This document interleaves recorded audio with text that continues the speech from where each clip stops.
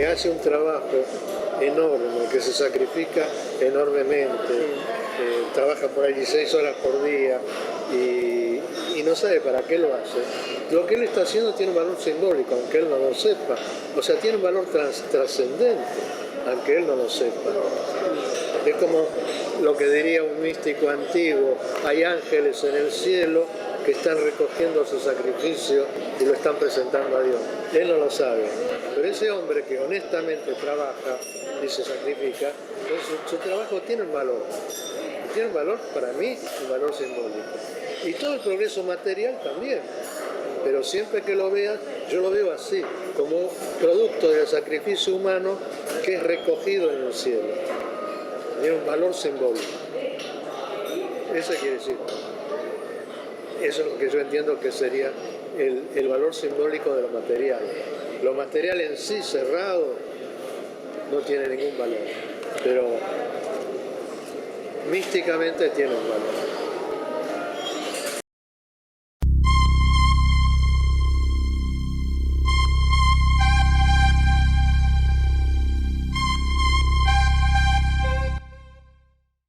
Padre excelente. Lo que más recuerdo de él son los cuentos. A la noche siempre, antes de dormir, se sentaba al lado de la cama y nos contaba un cuento o nos leía un cuento.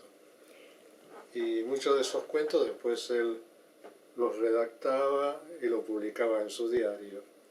¿Qué diario era? El Diprese, que era un diario de la colectividad judía. Y él era secretario de redacción del diario. Tenía la página infantil y ahí publicaba sus cuentos. Sé que tuviste un maestro que se llamaba John Canet. Es decir, ¿qué pasó en la relación con él? ¿Cómo lo conociste y cuál fue la influencia que tuvo él en tu vida?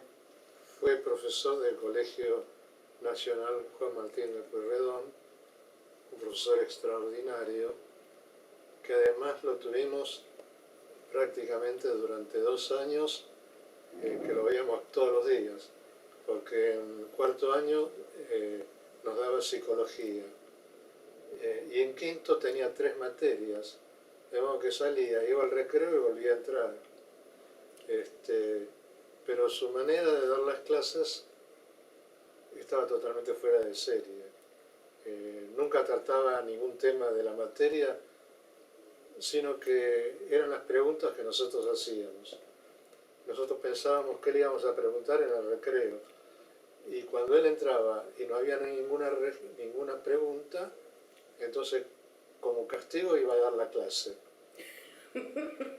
Después sus clases evidentemente eran fuera de serie, hablaba de cosas medio esotéricas que nos llamaban mucho la atención, que uno se quedaba con muchos interrogantes, ¿de dónde sacaba todas esas cosas? Y también nos hablaba de religión. Cuando alguno no quería escuchar, decía, bueno, que se fuera al fondo, se quedaban delante solamente los que querían escuchar. Y entonces en 5º año me acuerdo que un grupo que se quedó en el fondo del aula y jugaban al truco, mientras él hablaba. Pero en ese momento, en un momento de esos, nos dijo a nosotros, ¿quieren ver cómo enseguida van a prestar atención? Bueno, y entonces se mandó una puteada fenomenal, y todos los de atrás empezaron a gritar, ¿y qué pasó? ¿Qué dijo? ¿Qué dijo? Y por supuesto nos reímos como locos ese día. En tu contacto con John Canet se produjo un cambio muy profundo en tu vida. ¿Cuál es ese? Total. Bueno, él hablaba mucho de religión, especialmente de la India.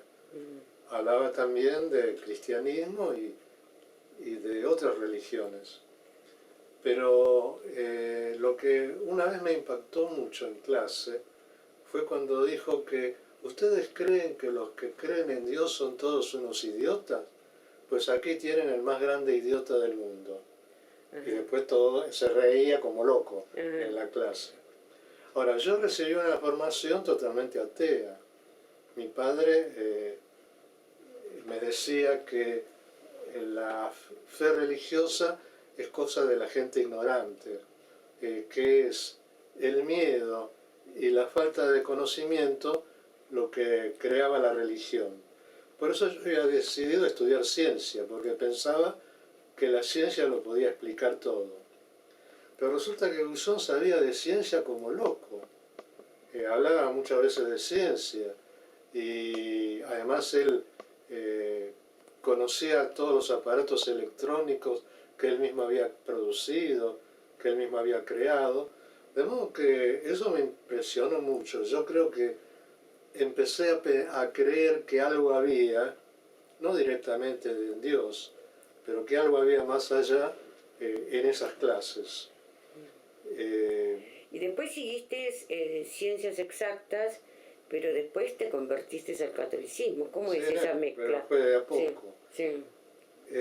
Los alumnos que terminábamos el Juan Martín de Pueyrredón, todos salíamos y nos decíamos bullonianos. Al estar por terminar las clases, una vez me acuerdo que le fui a hablar a la salida y a decirle que los bullonianos queríamos reunirnos con él y formar un grupo de bullonianos. Y él se rió, dijo, no, eso no tiene sentido, lo importante es que cada uno siga su camino. Y bueno, no, eso no pasó nada. Pero él tenía un libro, el libro que publicó, que se llamaba El hombre y sus tres mundos, y a todos los alumnos les decía que pasaran por su casa. Él vivía en el departamento de al lado del colegio, en el 7º piso. Entonces íbamos a la casa, tocábamos el timbre y nos entregaban un ejemplar del libro. De modo que quedó una cierta relación, pero la relación se acentuó justamente con Saúl, mi cuñado, que tenía problemas, que estaba de novio con Berta, mi hermana, y sus padres estaban totalmente en contra y la criticaban a Berta y se oponían rotundamente a ese noviazgo. Y entonces a Saúl se le ocurrió ir a ver a Bullón, a la casa de Bullón. Consiguió una entrevista y ahí además hablaron de distintas cosas, pero Bullón le dijo, él le habló de su novia y le habló de mí, y Bullón le dijo, ¿y ustedes tienen fe en Dios? Y él dijo, sí, que teníamos fe. ¿Y creen en Cristo? Y sí, creemos en Cristo. Y sí, por eso ya había pasado un tiempo, yo había leído varios libros que él había recomendado, y había empezado a creer en el Cristo. Tal es así que yo tenía un amigo comunista con el cual salía mucho. Una vez, al salir del cine, estábamos charlando, caminando por la calle Corrientes, y él me dijo, ¿vos qué pensás que es Jesús? Y le dije, bueno, ¿y vos qué pensás? Y dijo, para mí fue un gran hombre. Y yo le dije, no, pero para mí fue Dios.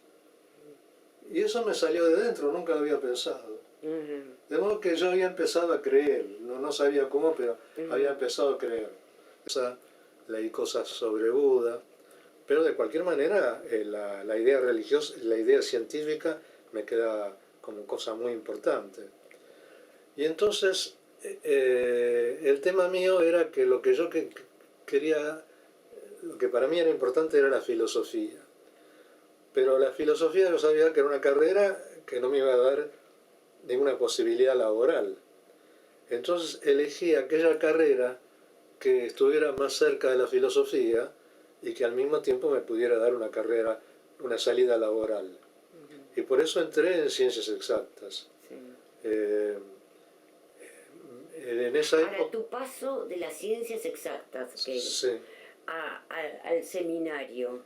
Y bueno, pasaron 4 años. 4 años. Claro, rendí casi todas las materias de los primeros 4 años. Sí. Es decir, yo entré en la carrera de Ingeniería Industrial que en ese momento se daba en la Facultad de Ciencias Exactas, en la calle Perú. Sí. Y hice todas las materias teóricas. Sí. Hice 5 geometrías, 2 físicas, 3 químicas, todas esas materias teóricas las hice. Hasta llegar a la última materia, me acuerdo ya en el 4.º año, que era geometría analítica, que todas las materias las di con notas excelentes, que ya ahí yo tenía la idea de entrar al seminario. O sea, porque después del bautismo me habían quedado ciertas ideas religiosas y yo buscaba una cierta posibilidad de la reflexión, de la meditación, y pensé que entrando al seminario tendría todo eso. El cura que nos bautizó un buen día me dijo eso: ¿vos no querés entrar al seminario? Y yo dije que sí. Ajá. Después del 4.º año de ciencias exactas, te entró la vocación y entraste al seminario. Sí. Ok. Te recibiste, te graduaste en filosofía y teología. ¿Qué hiciste? Y bueno, entré como profesor al seminario. Sí. Como profesor, en el año 59. Sí. Y ahí empecé a dar clases de teología y algunas clases de filosofía. Sí. Por ejemplo, con todo lo que yo tenía de ciencia, una de las materias que yo dicté ahí era problemas científicos relacionados con la teología. Ajá. Y ahí tuve algunos profesores, alumnos importantes, como actualmente el obispo de La Plata, que fue alumno mío ahí en el curso. Alejandro Mayol. Alejandro Mayol. No, eso fue en teología. Ajá, ajá. Ahora en filosofía, este curso de la ciencia relacionada con la teología tenía un gran adversario, que es justamente el actual arzobispo de La Plata, que era totalmente en contra con todo lo que decía, me interrumpía constantemente en la clase. En el curso de teología me estabas contando quiénes estaban. Bueno, que ahí en teología tuve como alumnos a Alejandro Mayol y a Mujica. Ajá. Bueno, que fueron alumnos excelentes, de 10 total, ¿no? Ajá. Y bueno... ¿Qué te dejó esa experiencia? ¿Qué crees que aportaste? ¿Qué te aportó bueno, a vos? Lo que me dejó una experiencia que yo podía unir la filosofía con la teología. Para mí no había grandes diferencias. Por supuesto que yo cuando entré al seminario pensé voy a poder estudiar la India. No pude estudiar nada de la India cuando era alumno, pero después sí. Pude leer, estudiar bastante de Oriente, que siempre me intrigó mucho. Y bueno, ¿qué me aportó? Bueno, me aportó esa posibilidad de estudiar. O sea que yo tenía enorme tiempo para poder dedicarme al estudio. Las clases me llevaban tiempo, pero como profesor yo tenía a 3 pasos de mi habitación la biblioteca del seminario, que es una biblioteca impresionante. La cantidad de libros que tiene es impresionante. Y digamos que yo estaba al lado de la biblioteca, podía llevar los libros, sacar libros, poner libros. O sea, durante ese tiempo lo que me aportó es que pude estudiar mucho. Tu primer gran cambio fue ese, Sí. De la ciencia, la filosofía y la teología, y del ateísmo a la religión. Sí. Tu segundo gran cambio empezó con el Taller de Chardin, la fundación de Tierra Nueva, y donde además había una vida muy intensa de baile. ¿Qué pasó en esa época? Bueno, ¿Años? Eso fue en los años 66 o 67, creo, que fue cuando, con las nuevas ideas del Concilio Vaticano, todo el mundo pensaba que iba a haber grandes cambios en la Iglesia.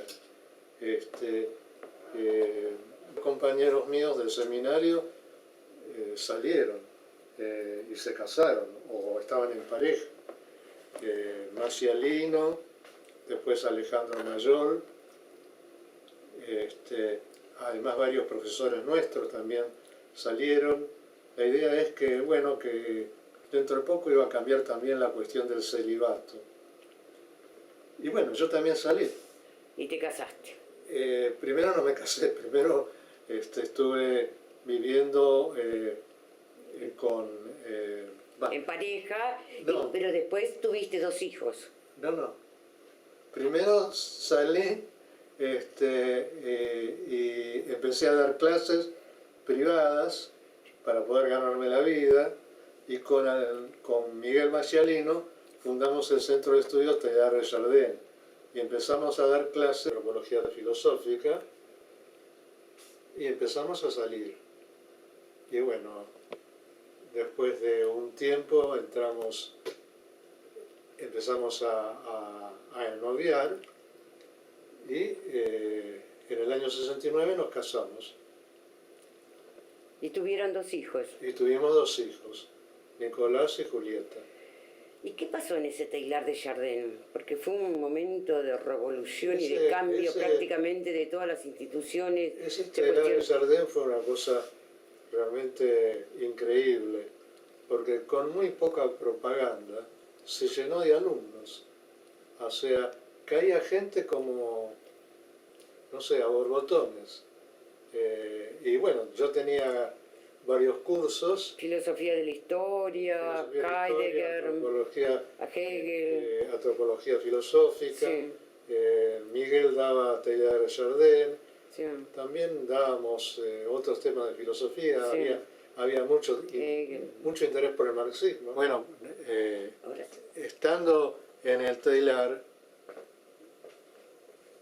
mandé una carta a la Universidad de Mar del Plata porque había aparecido en el diario Clarín que estaban buscando profesores. Y mandé una carta sin ningún currículum y sin ninguna de las formalidades habituales que uno tiene que tener para aspirar a una cátedra. Y me mandaron una carta de contestación de que sí, que viniera a Mar del Plata, que me nombraban profesor de introducción a la filosofía. Y bueno, ahí fui, viajé a Mar del Plata, hablé con el decano de la facultad. Lo que pasa es que recién la facultad se iniciaba, la Facultad de Humanidades. Sí. Había habido algunos cursos sueltos, pero todavía no estaba la Facultad de Humanidades de la Universidad de Mar del Plata. Y el decano era un tipo sumamente pintoresco, José Antonio Güemes, descendiente del caudillo Güemes. Y a él le encantó la carta que yo le mandé, y solamente por la carta inmediatamente me enamoró profesor, sin ningún concurso, sin nada. Y después, Pedro, y después de Mar del Plata, que fue una experiencia fuerte, importante, sí. ¿Qué hiciste? Estuve 8 años, sí. Viajaba y volvía, ida y vuelta. Correcto. Y bueno, después vino la época la época muy brava de la época militar, ¿no? Sí.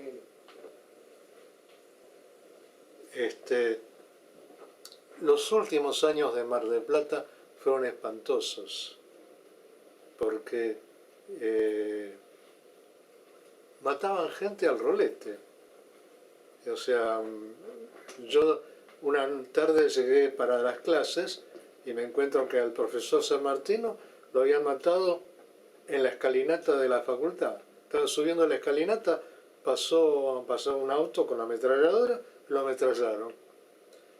Al adjunto de mi cátedra, pues yo tenía un adjunto, lo llevaron, lo secuestraron, lo llevaron a un basural y lo estaban por matar.